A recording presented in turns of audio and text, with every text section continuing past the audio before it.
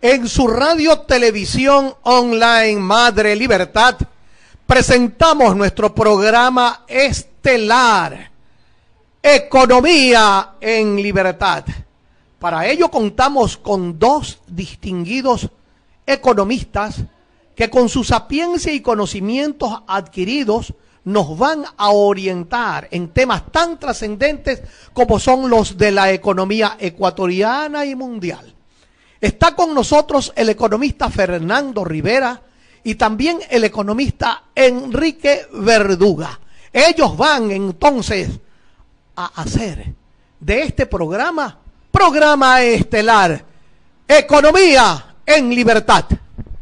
Realmente nos van a ver a través de las redes sociales y de las radios, por supuesto, para llevar un poco a conocer un segmento dentro de la radio Madre Libertad que se llama Economía en Libertad. Un programa que naturalmente trata de llegar a la mayor cantidad de gente para conocer acerca de la problemática económica, Enrique. Sin lugar a duda, es la parte más vital sobre la cual el gobierno actual está batallando bastante.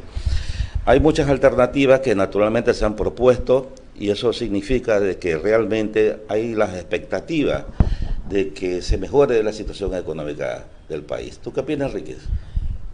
Mira, Fernando, yo como veo la situación, y como tú lo dices, es expectativas, pero ya llevamos 1 año y medio de gobierno, ¿no? Es verdad que este gobierno recibió una economía, diría yo, destrozada. La situación del país quedó, el nivel de endeudamiento como nunca visto, el déficit fiscal que lleva, es la que provoca el endeudamiento también.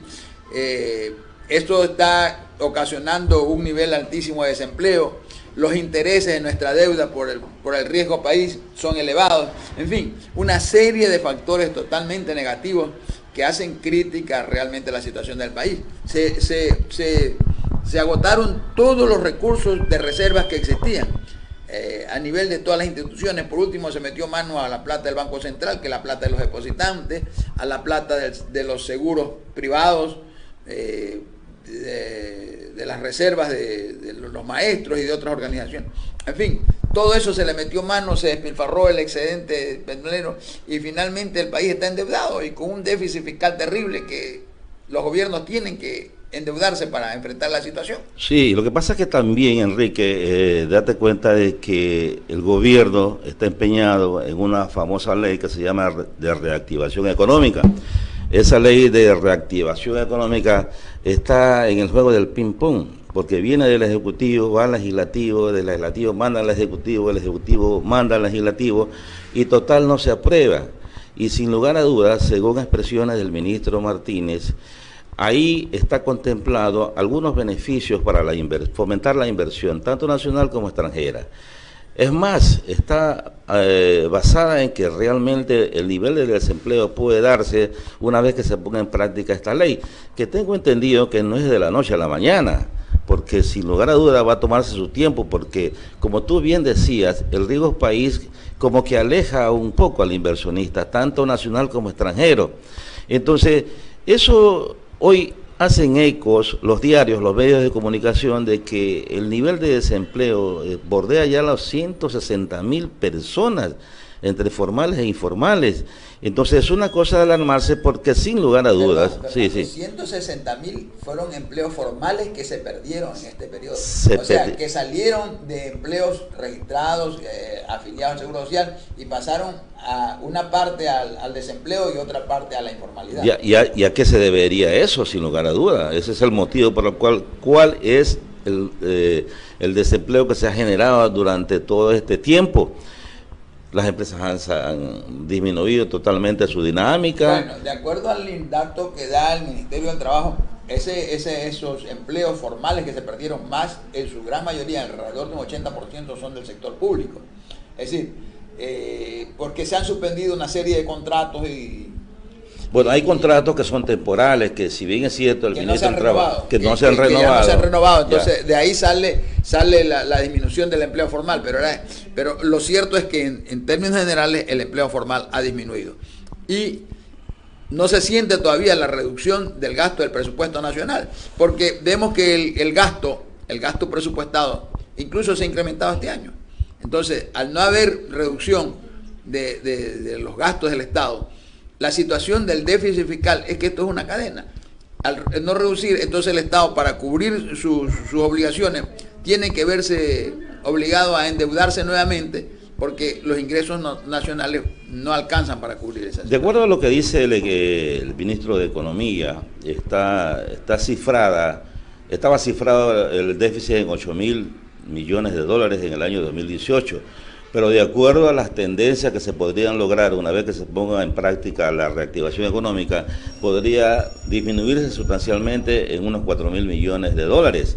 Algo que naturalmente podría considerarse un poco beneficioso para el país, pero mientras el gobierno no se deshaga de una burocracia que prácticamente es totalmente improductiva, porque aquí la clave para poder beneficiar al fisco de dinero fresco es depurando totalmente tantas entidades, como tú bien decías, que el gobierno anterior dejó en una economía en desastre, por el hecho de haber creado tantos cargos burocráticos, tantas dependencias, que naturalmente motivaron... Que era perdón que te interrumpa, Fernando, pero era una forma de crear clientelismo político. Es decir, crearon instituciones para emplear a sus amigos, agnados y cognados. Y se abusó totalmente del precio del petróleo, sin lugar a duda, porque había tanto dinero que el derroche se venía de cualquier lado. Entonces se crearon tantas partidas, se crearon tantos cargos, se crearon tantas dependencias, que realmente hoy a este gobierno se le torna un poco más difícil desbaratarlo.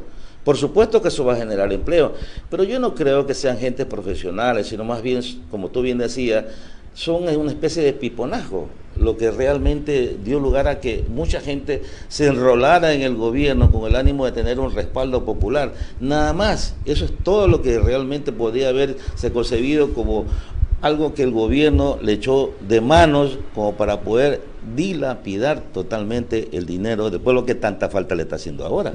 Sí, pero lo que pasa es que tampoco no es fácil, Fernando, que el gobierno pueda reducir tampoco esa burocracia, porque mira tú, con solamente haberse dictado una disposición de no renovación de nuevos contratos, ya el desempleo creció, el empleo se redujo. Entonces el gobierno tiene que ir midiendo también, porque eso se refleja también en una situación social. En la medida que se ha reducido el nivel de empleo y se ha incrementado el desempleo, comienza a incrementarse la delincuencia. Ese es el temor que naturalmente, es claro, porque realmente, es una cadena. Sí, sin lugar a duda, una descomposición social se podría generalizar. El hecho de que ya la gente no tiene a dónde sacar dinero, y sin lugar a duda, lo que podría echarle de mano es ahora lo que está de moda. Tenemos que decirlo con toda la franqueza, que ahora el negocio del microtráfico y el tráfico ha subido una barbaridad. Entonces, es el dinero más fácil que obtiene las personas como para poder vivir. Y ese es el problema que sin lugar a dudas se generaría un poco por el hecho de que mucha gente se podría quedar sin empleo. Pero no hay otra fuente, porque realmente la inversión, mientras la famosa ley de reactivación no se ponga en práctica, eso va a seguir así.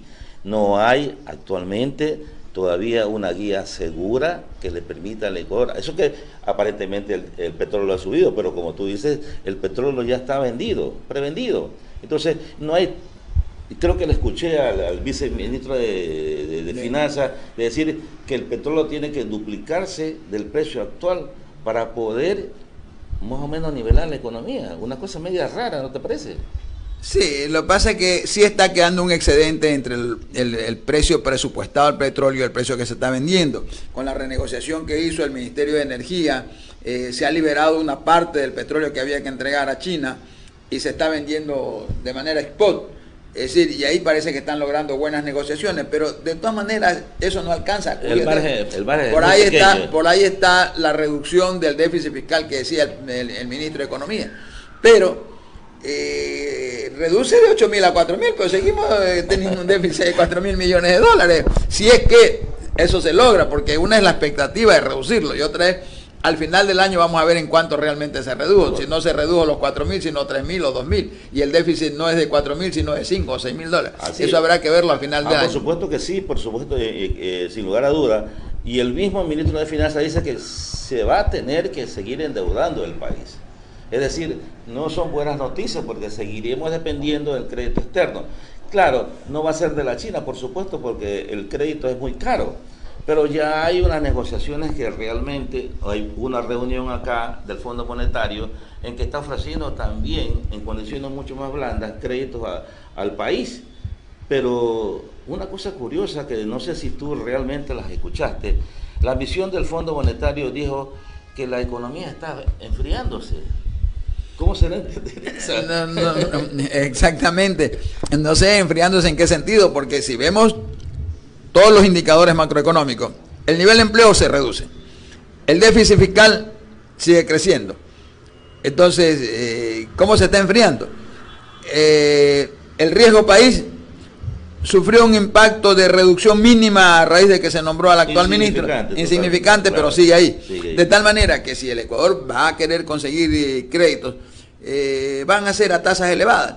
Y el único que le puede dar créditos, los organismos multilaterales le pueden dar créditos en condiciones más ventajosas, como el Banco Mundial o el Fondo Monetario, requieren un programa económico que, entre otras cosas, conociendo ya las estructuras del fondo, va a requerir una rigidez en el manejo fiscal, que hay que ver hasta dónde está dispuesto el gobierno a realizarlo. No te olvides, Fernando, de todas maneras, el origen político de Lenín Moreno.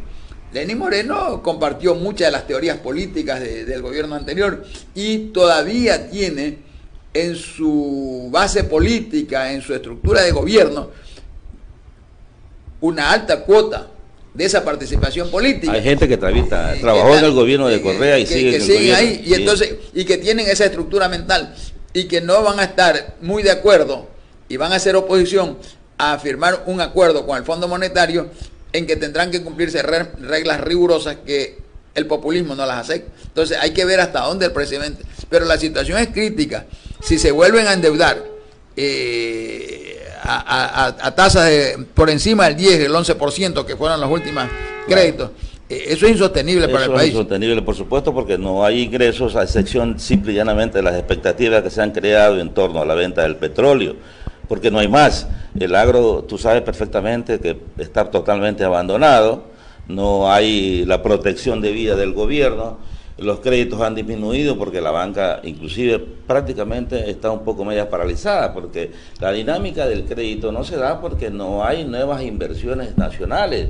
Hay mucha gente que tiene recelo de invertir, hay mucha gente que tiene recelo por el lado de que realmente la delincuencia es un factor importante en esta actividad social.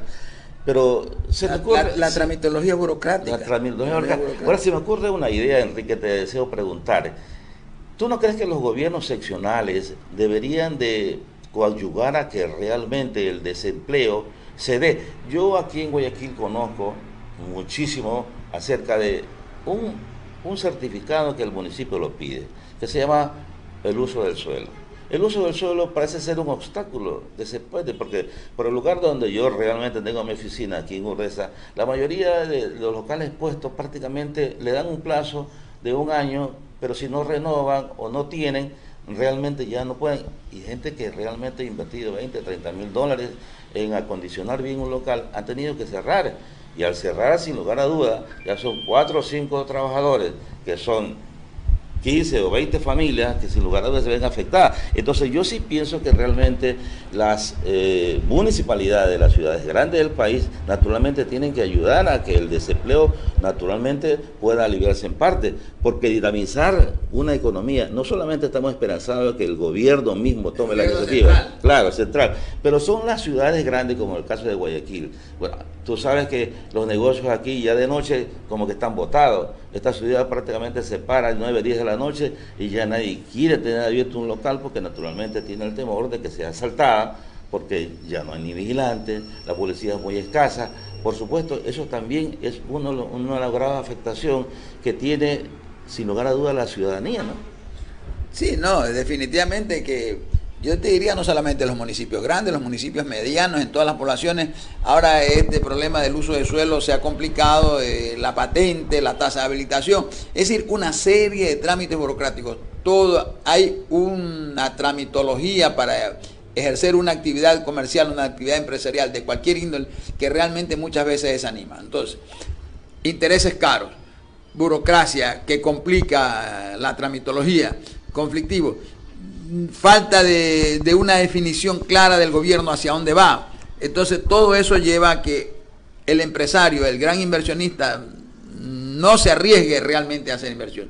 Entonces, lo único que se desarrollan son pequeños y medianos negocios, pero que no captan el nivel de desocupación que existe en el país. Así es, inclusive a niveles de frontera, que es donde realmente la mayor cantidad de población va y hace negocios. Hoy prácticamente la frontera con Colombia, por este caso de los periodistas asesinados, en el caso de Esmeralda, no hay exclusivamente una dinámica, porque ya la gente no va a ir porque no va a hacer negocio, con el temor de realmente que sean secuestrados y asesinados.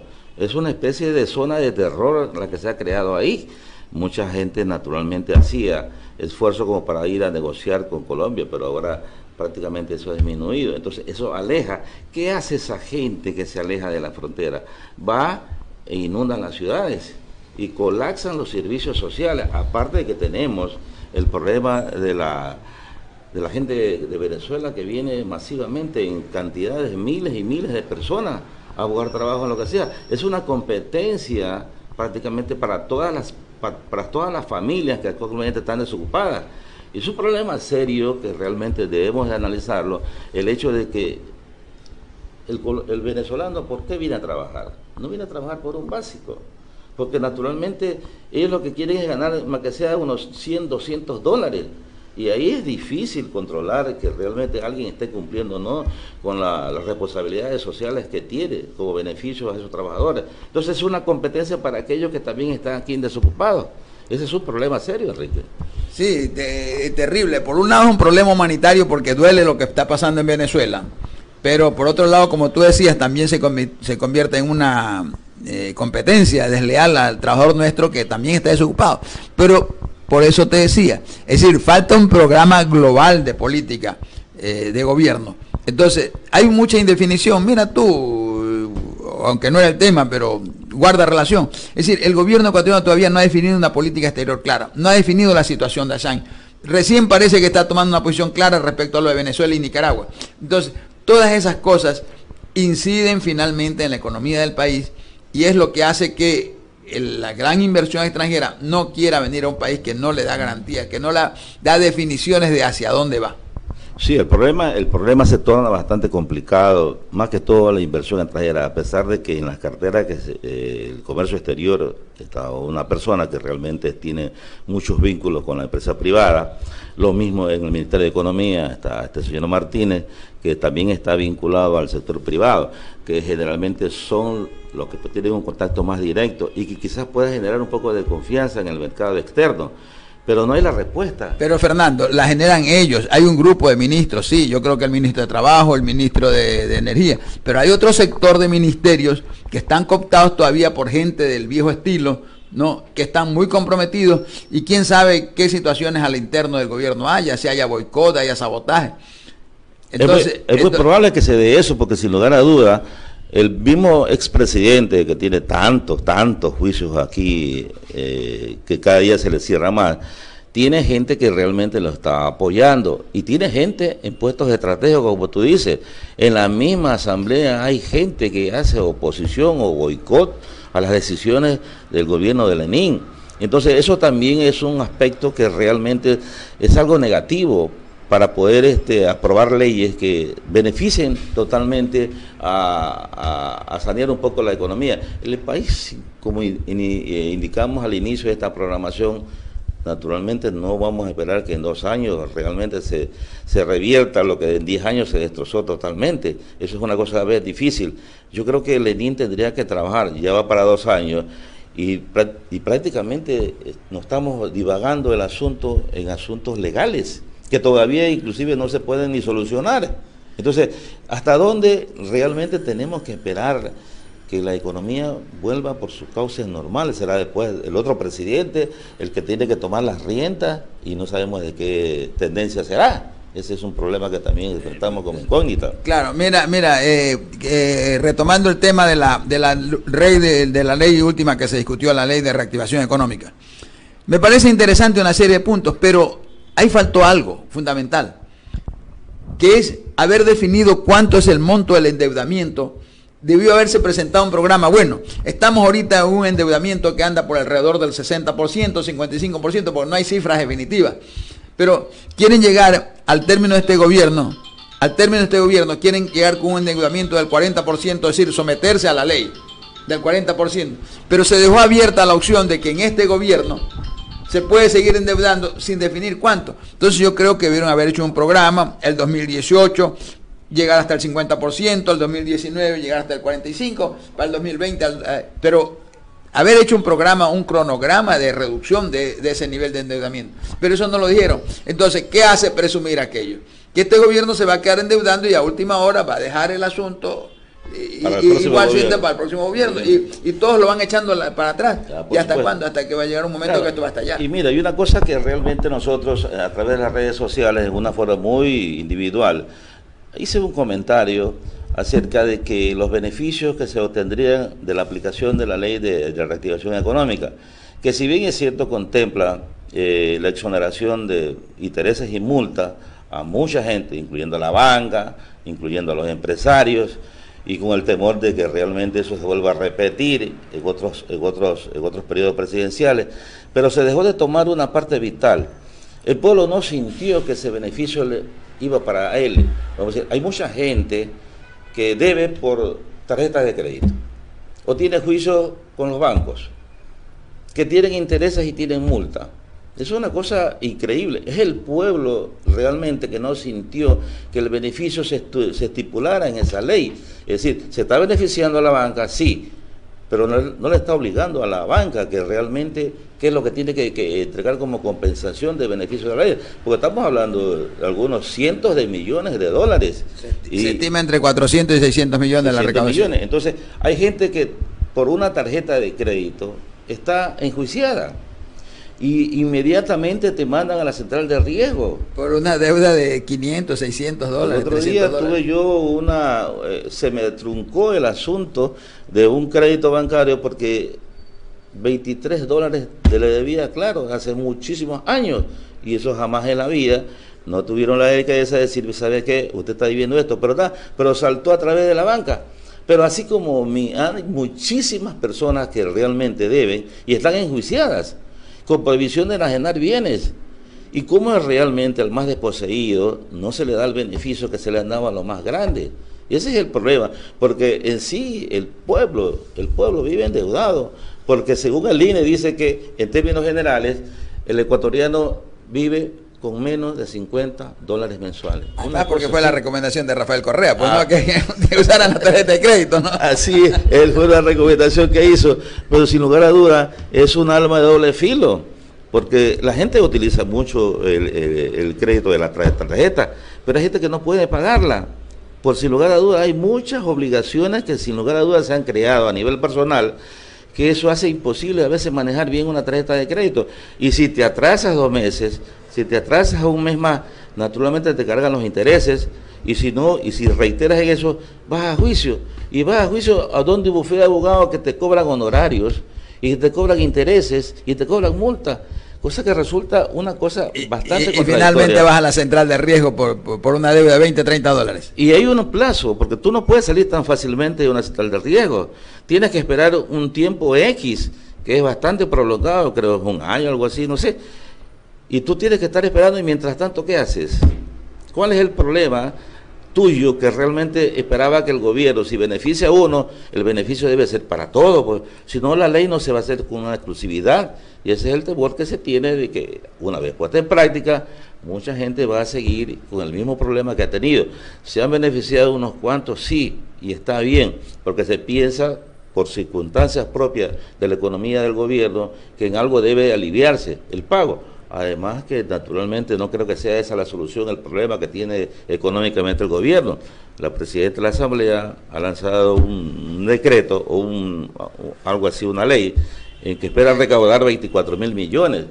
¿Cómo lo va a hacer? Eso es a largo plazo, recuperar lo robado, eso es a largo plazo. Es decir, el problema real del gobierno ahorita es el déficit y la iliquidez. Hay fondos, según vi el último reporte del Banco Central, para sostener la economía, creo que 8 o 10 días. Entonces, el gobierno está desesperado, tiene que tomar alguna medida. Entonces, va a tener que emitir bonos, va a tener que endeudarse nuevamente, pero yo creo que le quedan otros recursos al Estado.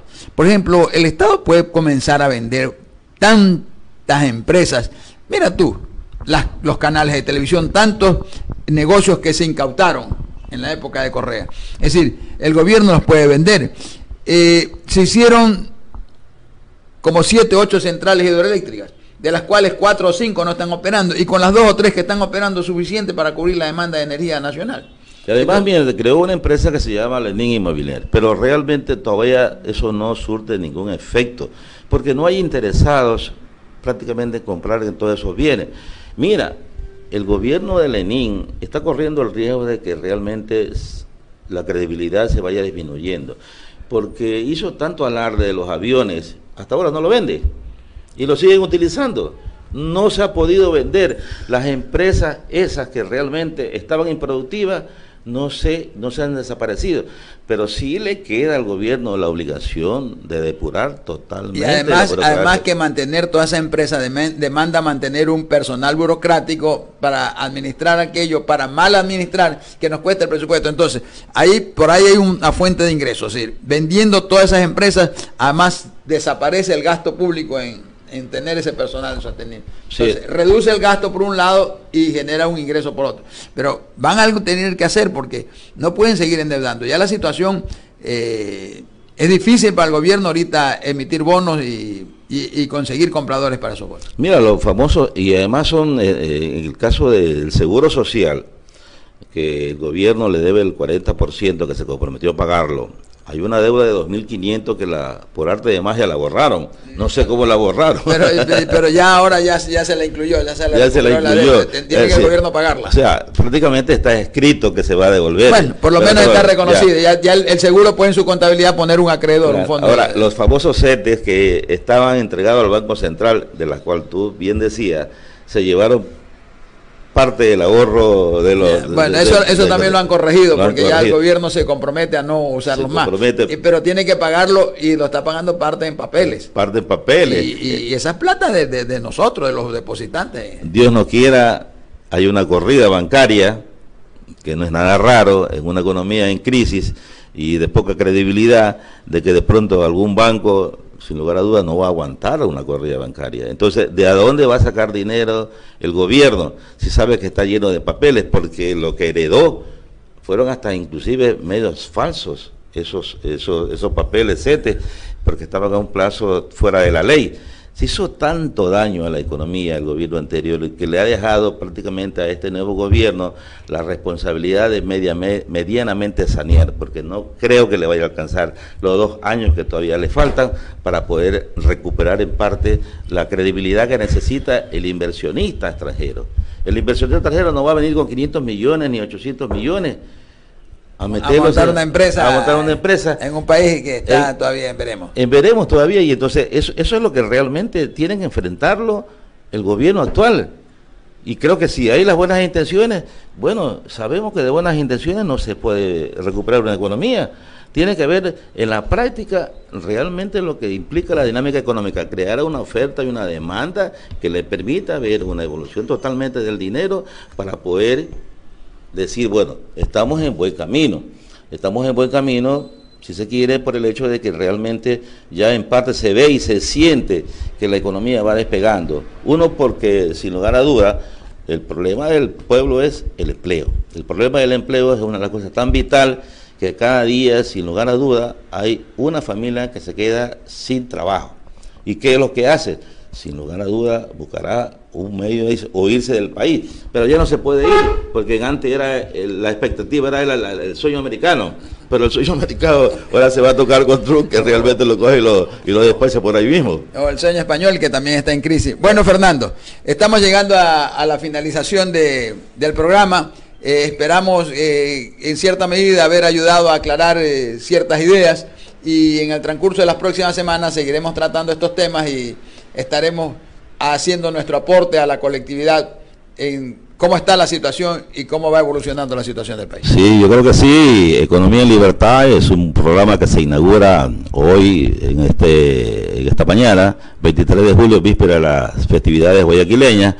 Me parece muy acertado haber implantado este programa porque la gente necesita conocer en detalles todos los pormenores acerca de la economía en general. Yo te agradezco bastante, Enrique, por haber participado aquí en este programa, y también a Madre Libertad de darnos el espacio para poder difundir nuestro conocimiento, más que todo, un poco por la experiencia que se tiene en el manejo de la economía, y para que el pueblo pueda conocer de cerca las soluciones que se pueden venir para beneficio bien del país. Hemos presentado en Madre Libertad, su radio televisión online,